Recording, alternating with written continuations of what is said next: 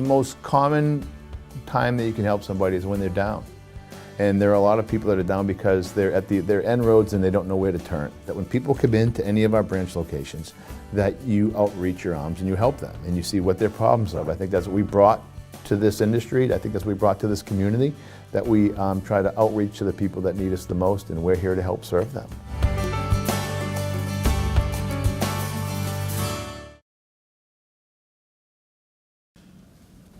Call the meeting to order. Please rise for the Pledge of Allegiance. I pledge allegiance to the flag of the United States of America and to the republic for which it stands, one nation, under God, indivisible, with liberty and justice for all.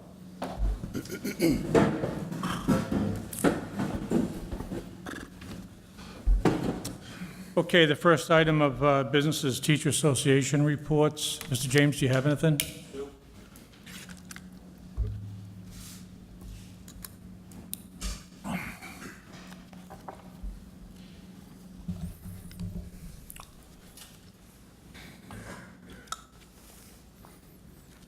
Good evening. Good evening. As you deliberate tonight on whether to proceed with the provisions of Mass General Law 32B, the employees of this district will be interested in your rationale. Health insurance premiums in the district have been virtually flatlined for the past 5 years at least. This year, they've gone down. That is unheard of in this day. You all but hand-delivered, gift-wrapped an operating budget to the towns that was only $8,000 more than what the state mandates is the minimum amount they have to pay for the operation of the schools. Again, this is unprecedented. You laid us off by the double and triple handfuls, stripped us of needed materials and supplies to do our jobs, and decreased our health insurance benefits when we retire. And now you want to squeeze us some more. We want to know why. About a year and a half ago, I spoke about the need for the communities to come together and share the pain equally, and I was roundly criticized. We now see who has paid the price and who hasn't. The children have paid the price, and so have the employees of this district. And you are here tonight to decide whether or not your employees should pay even more. That's your vote, that's your choice, but we deserve an explanation. Thank you. Thank you, Mr. James. Next item is hearing for visitors. Any visitors wish to be heard? Yes, sir.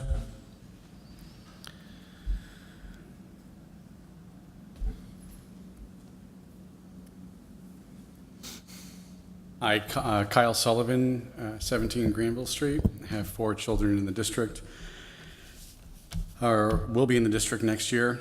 I'd like to address something that comes up every year, and about this time of the year as parents, we start to think about school supplies and clothes and all the things that go into a new school year. And with that, the first couple weeks of school is the dreaded pile of stuff as parents we have to fill out, right? So there's the emergency cards. I don't know why we're going to do that by hand, but we do the emergency cards, and there's one piece of literature that goes out, excuse me, that I do for each of my children, and that's the acceptable use policy for technology. I implore this committee, in short, to review that policy. I've brought it up to principals in the past, and it's borderline offensive to me as a parent to have to sign this for my child to actually use some of the technology, whatever's left in the schools. I'd just like to give a few quotes here from the policy itself. Quote, all users will assume full liability, legal, financial, and otherwise, for consequences of unauthorized use. Such unauthorized use is never outlined in the policy. And then lastly, toward the end, I, blank, the parent guardian of the above-named student, agree to accept all financial and legal liabilities that may result from my son/daughter's use of the Spencer East Brookfield Regional School District technologies. So these technologies aren't outlined. The network The security provisions, there's nothing there saying how you actually protect my child, but yet you want me to sign this in order for my kids to be a part of that. So I know there's a lot of things that we're struggling with in this school system. I just want to bring it to the attention. I expect that the committee will review and revise this accordingly. It's been too long that parents have had to sign such a ridiculous statement. If you're looking for examples from other school districts that have done it really well, Gloucester Public Schools, they have an excellent AUP on their website. It really shows that they understand technology and they outline how it's used, and especially the fact that they go to great lengths to leverage the technology to the fullest, teaching students how to manage distractions and how they would use it in the school system. So there's a lot of elements, and I won't go into this and bore everybody right now, but I think there's some tremendous work that we can do to equip the students of the school district with the proper mentality, the tools, the know-how, get the parents on board to leveraging education, leveraging technology to its fullest. Thank you. Thanks, Kyle. Anyone else wish to be heard? Okay. Next item, Secretary's report. Anyone have any questions in regards to? There was none. There was none, okay. Unfinished business, FY15 budget update and approval. Dr. Malvey? Well, I'm pleased to bring back, as you know, we've been dealing with the proposed budget for some time, and right up to the last meeting, the expectation was that there were no further changes at that point in time, and we were anticipating going forward for an override vote on the Spencer side of the operation, if you will. But as we got into those several weeks, we also were waiting with bated breath for the governor to either approve or disapprove of the proposed state budget. I'm pleased to announce now that he has approved the budget, and it's no surprise that there would potentially be an increase in the regional school transportation money across the Commonwealth, and it was brought up not only by us administratively, but the school committee, and it was also mentioned at the recent town meeting, so that everyone was on notice that there was a potential increase in aid. If you recall, we agreed at the town meeting of Spencer that if that additional amount of money came forward, the committee had already, school committee had already committed that they would look at the budget again, and if possible, adjust the assessment back to Spencer. So lo and behold, now that the governor's budget is signed and we have some increased revenue, we're holding to that commitment, if you will, and I'm bringing it back, requesting of the school committee to re-adopt the budget with the new figure. And I'm going to walk through the numbers here so the public can understand what's happening and what the recommendation is. The budget stood at an amount of $23,962,395. That's what the budget was. And then we had two potential options. If the state budget did not get increased, then that figure would hold. If the state budget did get increased, then the committee had committed to take that additional money relative to the regional school transportation and apply it to lower the assessment. Well, I'm pleased to announce that not only did that happen at the state level, where the money that we were all hoping would come forward, the state budget also has some additional increases that at the time we were not aware of, nor had we counted on as a potential increase in revenue to lower the assessment even further. Before I go into those actual numbers, I again want to state, as a number of people have over the past month or so, that we certainly want to extend the thank yous to Senator Steve Brewer, because he was the person instrumental at the state level shepherding this through, ultimately having it remain in the state budget, which was approved by the governor. So because of that, we're going to have an additional amount of $150,339 due to the regional school transportation increase. That's $150,339. In addition, and at the time, we did not know and did not anticipate, but in addition, in the governor's budget, the state has funded what we call homeless transportation for students that are declared homeless, and it's covered under the McKinney-Vento Act. So we will receive an additional amount of $16,500 due to that increased revenue to help fund the McKinney-Vento Act. That's our portion, $16,500. As we started to become aware of this, we also received late notification that our Medicaid reimbursement that most school districts do receive, not all, but most school districts do receive, Medicaid reimbursement for various services to students. If you go through the application process and document your expenditures, districts may be eligible for certain reimbursement. In our case, not knowing the figure at the time, we have since been notified, and we will receive an additional $25,000 in Medicaid reimbursement.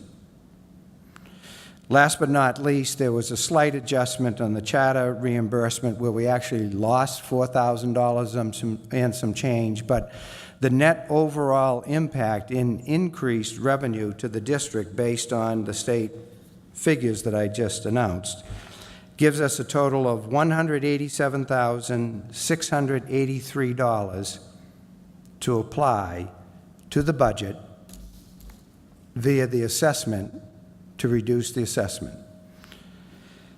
In addition to that, as that news started to come forward, the circuit breaker amount that most school districts receive for extenuating costs relative to special education over the course of the year, the state, at the last minute, re-reviewed those numbers, and based on what the governor had approved, at 75%, meaning that the state would allow the full amount up to 75%, that's what's in the law, the state would fund that now at 75%. Over the last X number of years, they haven't funded it at the full 75%. But going forward, they will, and that gives us some additional money in our circuit breaker account that now we can charge off additional special education costs to that.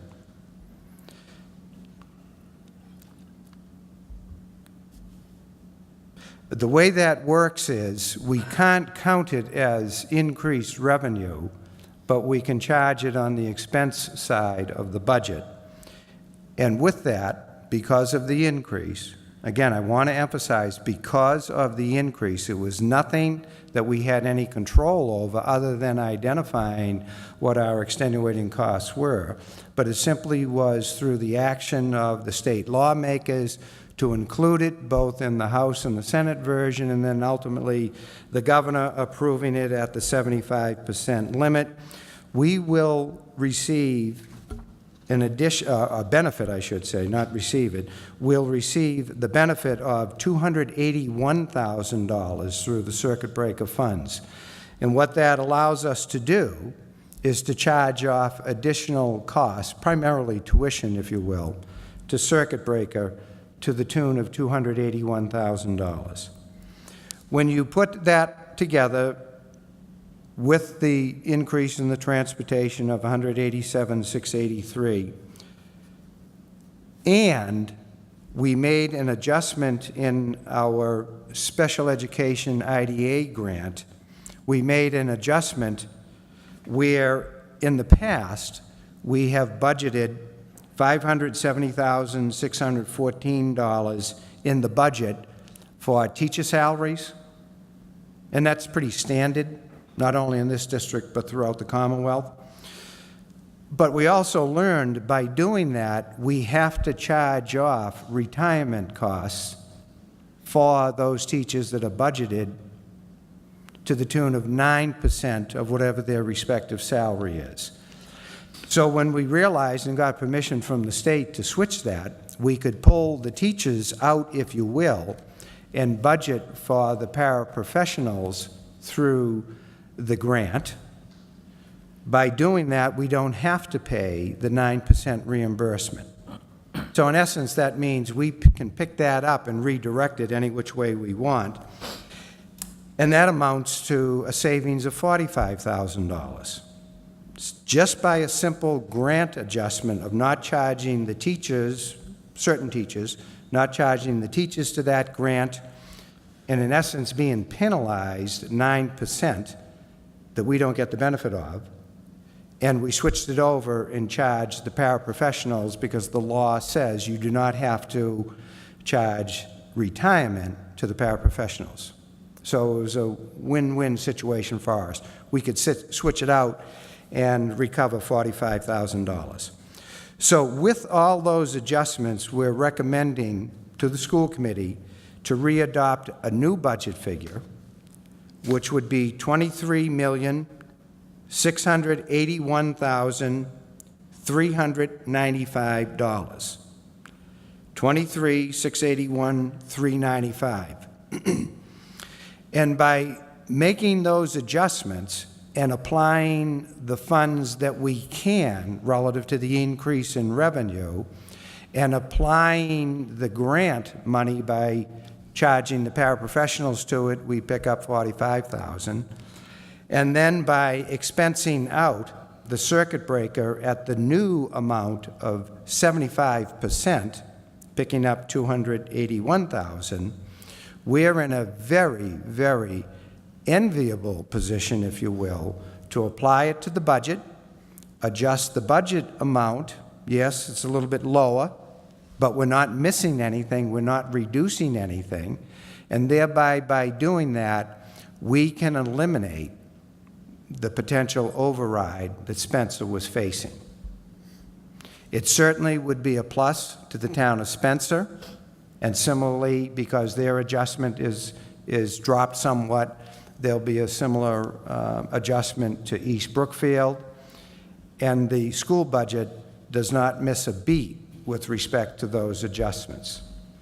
I think it's a pretty positive position to be in. So without reservation, both Julie Supernat and myself, Sue Torrey, that really reviews all the numbers with us as well, we're happy to recommend a new readopted budget figure to the school committee of $23,681,395. And if the committee so acts on it, we will notify both towns immediately, and we expect that that will eliminate the need for the override vote in the town of Spencer. Thank you, Dr. Malby. For an update for the committee, since we received this news, the chair has worked with the superintendent and the business manager in trying to put together a strategy that would be of most benefit to both communities as well as the school district. By readopting this new number, we'll accomplish several things. First, we will no longer have a need to have an override vote in the town of Spencer, which for the most part, taxpayers have made it ultimately clear that they would not support any additional requests from us for funds. So we get the override vote off the table. Second of all, by doing that, had we had a vote that was turned down, we would then be forced to be headed toward a district-wide meeting, which in my opinion would just continue with further debate between both communities in disagreement as to how we're going forward with the budget. So we also avoid having to have a district meeting, and we also avoid having to have the state come in to set this budget if we weren't successful at a district meeting. So I think those are three key points that are taken off the table, and by doing so, gives this committee the credibility, for lack of a better word, that I think that we need to go forward with future budgets in both communities. I think it also sets a new level of communication between the municipal officials from both communities. I think the committee has made it clear right from the outset, as East Brookfield has paid their share both for the computer piece and for the budget piece, without question. We've had difficulty in the town of Spencer and was not successful in getting those passed.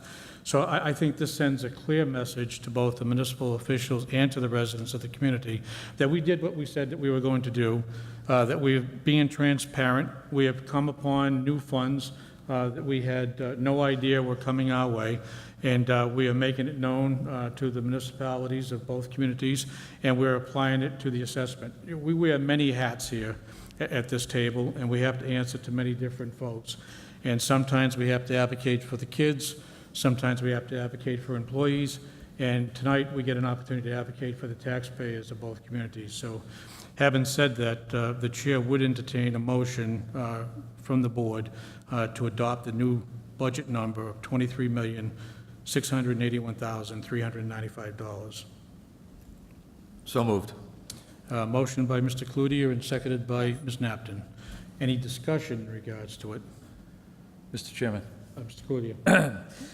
I think this is very good news that we're able to do this, and it's just unfortunate the way the state works, that this comes at such a late time in the process, but it is what it is, and we'll take it whenever it comes.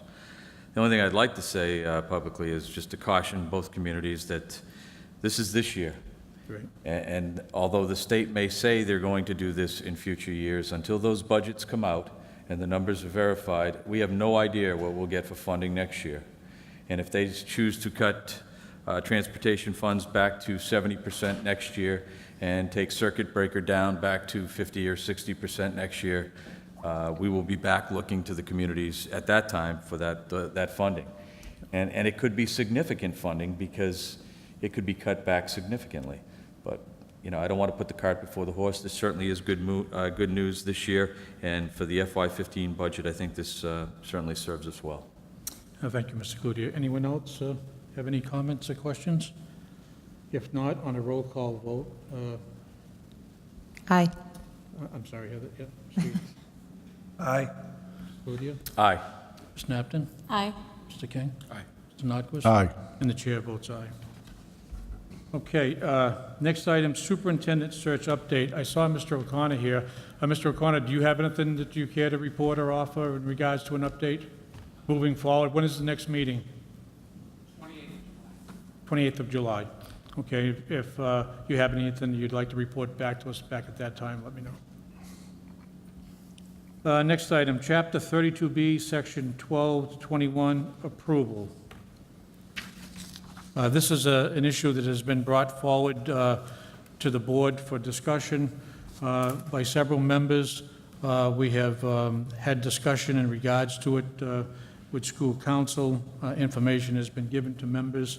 Does anyone care to make any comment in regards to it, or the chair would entertain a motion? Mr. Chairman, I would just like to disclose I have a family member that worked within the district, so I'm going to Going to excuse recuse myself. yourself? Okay, very well.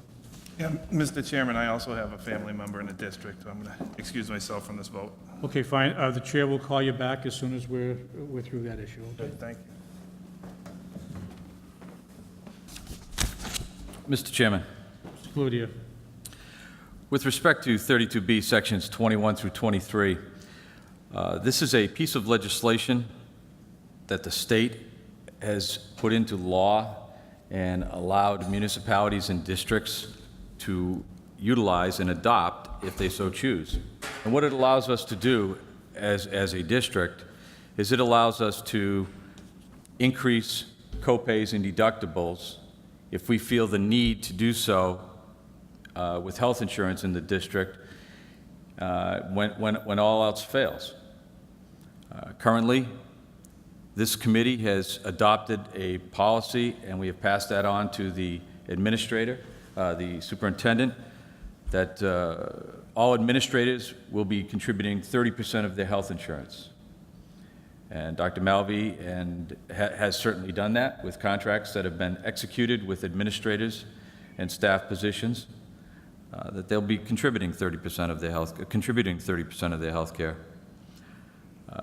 This board has certainly listened to communities and certainly the public as to what they feel might be appropriate. Not that that's always what we should follow, but we certainly need to listen to them and understand that there are other circumstances out there that where clerical staff and alike may be contributing a much higher percentage of health insurance in the community as opposed to the district.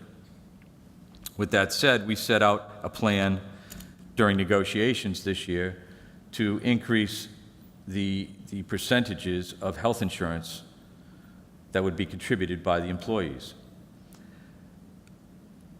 At this point in time, our negotiations are in mediation. And I'm not going to get into the particulars of it, but we are at mediation with the teachers union. That said, this was brought up back in February, and we discussed this at length, that we felt that this was an appropriate section of law for this committee to adopt, not necessarily to act upon at this time, but to adopt, and certainly utilize it if we need it. And so with that said, I will make a motion that this committee adopt Mass General Law, Chapter 32B, Sections 21 through 23. Is there a second? Second. Seconded by Mr. Nordquist. Any further discussion? If not, should this be a roll call vote, Dr. Melby? I don't believe, but it wouldn't hurt if you do. I don't believe, but On a roll call vote, Mr. Cludier? Aye. Ms. Napton? Aye. Mr. King? Aye. Mr. Nordquist? Aye. And the chair votes aye. Okay. Next item of business, hearing for visitors. Anyone wish to be heard? You want to call Heather and Mike back? Oh, I'm sorry, yes. Would you get, somebody ask Heather and Mike to return? Thank you. Vinnie.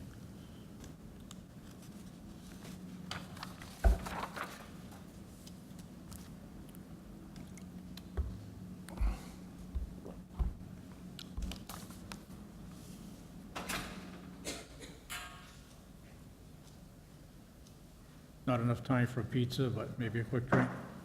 Good times out there.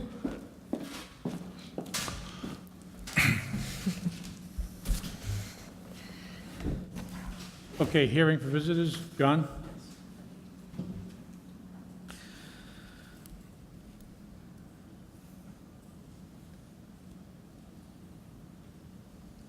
Thanks for this opportunity. I want to acknowledge the tough decisions and hard work that brought the total budget to a level just above minimum local contribution, which Dr. Melby reported on. To that point, your efforts combined with additional transportation funding was going to produce an override that I was prepared to support, and I was very clear about that. I thought you had done what we had asked. And now tonight you announced that additional savings and adjustments remove the need altogether for an override. Obviously, that's good news for the towns, and I have to commend you in how you've chosen to deploy the funds. It stabilizes the finances of the district, eliminates the prospect of repeating last year, but it also shows what, and I think this is very important, and Mr. Hayes alluded to it, that you're listening to the voters in the towns. And the town of Spencer can, we have on our agenda an issue of whether or not to bring back an override to restore municipal services. That's something we'll be taking up in the next few meetings, and in this decision that you've made certainly increases the possibility of that happening. We lost those services when our override went down. And then finally, I just want to say briefly, I've been critical of this board. I've stood here and implored you to do things. I've told you when I thought you could have done more. So I really have to you really have to acknowledge when you've really gone the distance. And to your point, Mr. Hayes, I really do think this is a great opportunity to move forward with the towns together. I think it's a show of faith, and I think it goes a long way to restoring the trust that we all know is been at a low point these past couple of years. So I hope we can move forward with that.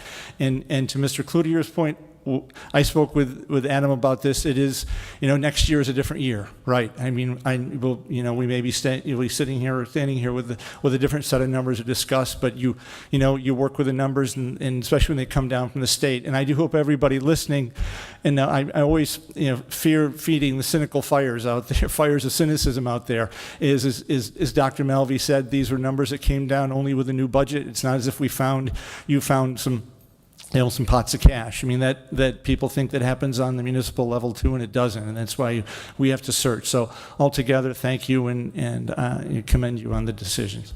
Thank you, Thanks. Mr. Stevens. Anyone else wish to be heard? Okay, seeing no one. Next item, school committee comments and future agenda topics. Anybody have anything that they would like to discuss? Mr. Chairman, Mr. Cludier?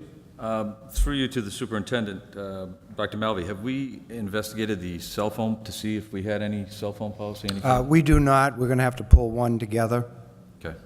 So I would like to see that on a future agenda, a cell phone policy. One of the speakers, Mr. Sullivan, spoke about a technology policy letter that goes out. Well, I think what he was referring to is all districts have to have what's called an acceptable use policy. It's a requirement by the state. And I think the gist of it was it's outdated, as a lot of things are, but we will be looking at it. It was brought to my attention early on, but it's one of those things that we'll get to it over the course of time. And it does need to be updated without question. Mr. Chairman, through you to the superintendent, would you please include a copy of the current one in our packets for our next, or get it out to us at your convenience? It could just go in our next packet. I'd just like to see the document, as I certainly have no idea what the document is. So, Be happy to. You make that as a motion, Mr. Cludier? It's not necessary. We'll take care of it. We'll send it out to you ahead of time anyway, yeah. thank you. That was all I had. Thank you, Mr. Anyone else have anything? The chair has a couple of issues that I'd like to bring up. The first is I had some discussion with Mr. Fayard earlier today, and I expressed to him my willingness as ex officio member of the Superintendent Search Committee that I thought it would be a good idea if the Spencer Selectmen were to hold a public forum, I'm sorry, the East Brookfield Selectmen at the East Brookfield School. And as chair, I'd be more than willing to go and give parents and residents of East Brookfield an opportunity to speak to me and tell us what they're looking for in the next superintendent, what issues were important to them, what qualities and characteristics that they would be looking for in the next superintendent. Mr. Fayard agreed that he thought that would be a great idea, and I've left it that he will get back and set a date for that to happen. Providing there's no objection from any board members. I'd be happy to do that. I think the benefit of it is it'll allow me to put something together from the residents of East Brookfield, and then likewise do the same thing here in Spencer, so that before the subcommittee meets and gets those applications in hand, I can give them some type of an outline of what residents have expressed to me that they would like to see in the next superintendent. So I think it would make it an easier job for the search committee, and it would give an avenue or a way for residents to be heard and to voice their concerns as to what they would like to see in the next superintendent. So that was the first thing. The second thing, you all probably saw that there was an article in the last week's New Leader in regards to the town of East Brookfield and regionalization and some of the options that they are exploring. I welcome that, and I expressed that to Mr. Fayard as well tonight. I don't think we should be afraid to find out how people feel about all this, and it may be after we talk about it and we have some meetings with both communities, because both communities will have to vote on this either way, as well as the state and the school committee and so forth. But it may not go anywhere. But we also may learn that it doesn't work for East Brookfield, or it doesn't work for Spencer, or it may work for both of us. But I don't think there's any harm in having that discussion and stuff. So on behalf of the board, I expressed that to Mr. Fayard, that we welcome those discussions, and we're prepared and willing to participate in those at any time. So as long as there's no objection from any members of the board, I leave that invitation open to the town of East Brookfield. That's all I have. I don't believe we have anything in regards to executive session tonight. Nothing. So is there a motion to adjourn? Before, Mr. Chairman, if I may, just Dr. Malvey? go back on the budget piece to let the committee and the public know what are the next steps. Officially, I'll be notifying the towns via a letter tomorrow, I believe we'll be sending it out, of the new readopted budget and the adjustment and the assessments. I'll be notifying both East Brookfield and Spencer. In speaking with the town administrator, he was anticipating that the selectmen then would obviously deal with the issue, but send it forward to a town meeting somewhere in the 14 to 21 day timeframe. And we hope that certainly they support it, as the community, we're hoping, will support it as well. Doesn't get much better than this. But with that in mind, if it does eliminate the need for the override, it still would require a follow-up vote by the town of Spencer to accept the new assessment, if you will. With respect to the State Department of Education and their involvement, they are absolutely thrilled with the news that we identified for them, although they were certainly well aware of the governor's budget, but they weren't aware of the impact it would have on us, and that's a positive impact. So in reviewing that information with them over the past several weeks, they're absolutely thrilled. And procedurally, what happens is that we still operate on the 1/12th budget as we enter into August until such time as the new adopted budget is finally approved by Spencer. Once that happens, they're out of the picture with respect to our budget approval process, if you will, and that then would negate the commissioner having to step in if we went the route that Mr. Hayes mentioned, that if we had to go to a regional district meeting, that can be avoided now, but if we did have to do that, it then would require the commissioner coming in on December 1. So I think it's good in 1 year. Certainly we didn't do it on our own. We had a tremendous amount of help with these new numbers from the state. If we didn't have the new state figures, it'd be telling you a different story this evening. But with that and the adjustments we've been able to make on the grant, I think it's a win-win situation for us. And ultimately, it lessens the impact of the commissioner having to keep stepping in and stepping out. So let's be pleased with it, but as Mr. Cloutier said, it's this year.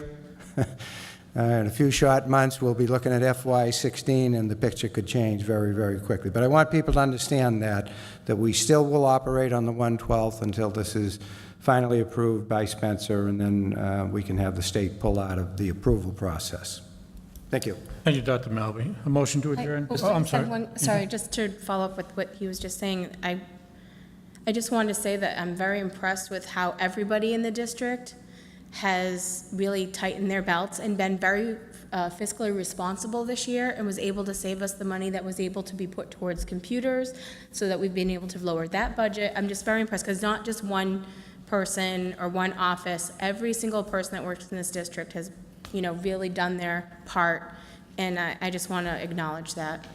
Thank you, Angela. Mr. Chairman? Yep. Yeah, one follow-up question through you to Dr. Malby. Our 1/12 budget is predicated on $24,151,000, is that correct?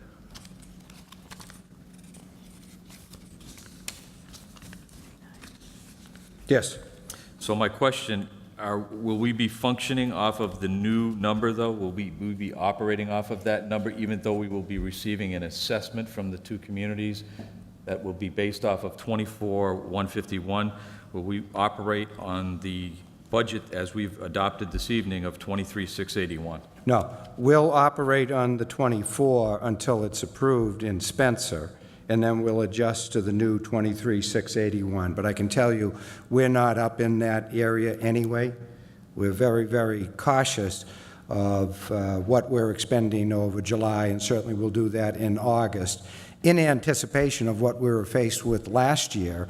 Had we spent to the higher amount and then the ultimate budget was lower, we would have had to make up that difference. But we're not up there now, and we'll watch that closely until it's approved. So just as the mechanics of it, how is that assessment then adjusted? If we've received higher assessments from the communities, is it they miss a payment type of thing? Or? No, because I don't think we've sent it out yet. Correct me, Sue. I don't think we've sent the assessments out yet. It's done on a quarterly basis? Okay. Well, it was billed for August. They have to pay August 15th, and that's on a higher figure, but it will be adjusted in the next year. And actually, the letters that I'm going to send out tomorrow, the adjustment will be in that. Okay, Thank you, sir. all right. That's all I had. Thank you. Anyone else have any question or comment? If not, we'll try again for a motion to adjourn. So moved. Motion by Vinnie, Second. seconded by Ms. Messier. All those in favor? Aye. Aye. Opposed, so voted. Thank you.